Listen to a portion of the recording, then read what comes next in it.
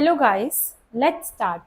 Define the relation R in the set n cross n as follows. ABCD belongs to n cross n. ABCD if AD is equal to BC, prove that R is an equivalence relation in n cross n. देखिए आपके पास दो given set है, ये दोनों set n cross n के हैं. अगर ये दोनों रिलेटेड हैं तो AD इक्वल टू BC होना चाहिए. This is our question. तो इस क्वेश्चन में हमें रिलेशन को इक्विवेलेंस प्रूफ करना है. इक्विवेलेंस प्रूफ करने के लिए आपको सिमेट्रिक, रिफ्लेक्सिव और ट्रांजिटिव प्रूफ करना पड़ेगा.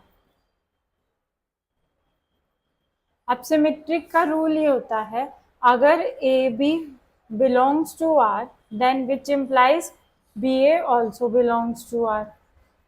और रिफ्लेक्सिव का रूल होता है, if A belongs to R therefore it is reflexive. For transitive A B and B C belongs to R, it implies that AC also belongs to R. तो हम इस property को प्रूफ करेंगे. सबसे पहली प्रॉपर्टी रिफ्लेक्सिव है कि अगर हम सेम एलिमेंट्स ले लें और अगर वो कंडीशन को सेटिस्फाई कर दे तो ये आपका रिफ्लेक्सिव है. अब यहाँ सेम एलिमेंट्स लिए गए हैं A B and A B. Let it belongs to R. अब कंडीशन लगा दी गई, डी की जगह पे बी रखा गया और सी की जगह पे ए रखा गया, क्योंकि इन दोनों का मल्टीप्लिकेशन हो रहा है और इन दोनों का. तो A B is equal to B A, और बी ए को आप वापस से क्या लिख सकते हैं, ए बी, क्योंकि मल्टीप्लिकेशन इज कॉम्यूटेटिव. तो इसीलिए आर क्या हो जाएगा, रिफ्लेक्सिव, क्योंकि सेम एलिमेंट आपका बिलोंग कर रहा है आर को. इसी तरह हम सिमेट्रिक के लिए चेक करेंगे. सिमेट्रिक में अगर हम दो एलिमेंट्स ले लें और उनको रिवर्स भी कर दें और ऑपरेशन सक्सेसफुल हो तो आपका वो क्या हो जाता है, सिमेट्रिक. तो A B C D belongs to R, अगर हम C D A B belongs to R कर देंगे तो कंडीशन ट्रू हो जाएगी.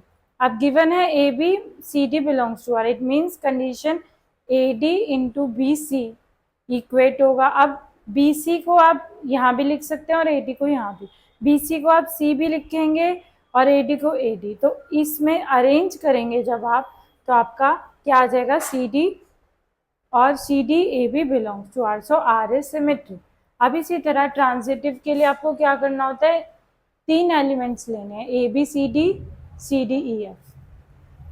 गिवन आपको ये होगा और प्रूफ गिवन आपको ये होगा और प्रूफ आपको ये करना है. तो सबसे पहले A B C D belongs to R, तो A D is equal to B C हो जाएगा.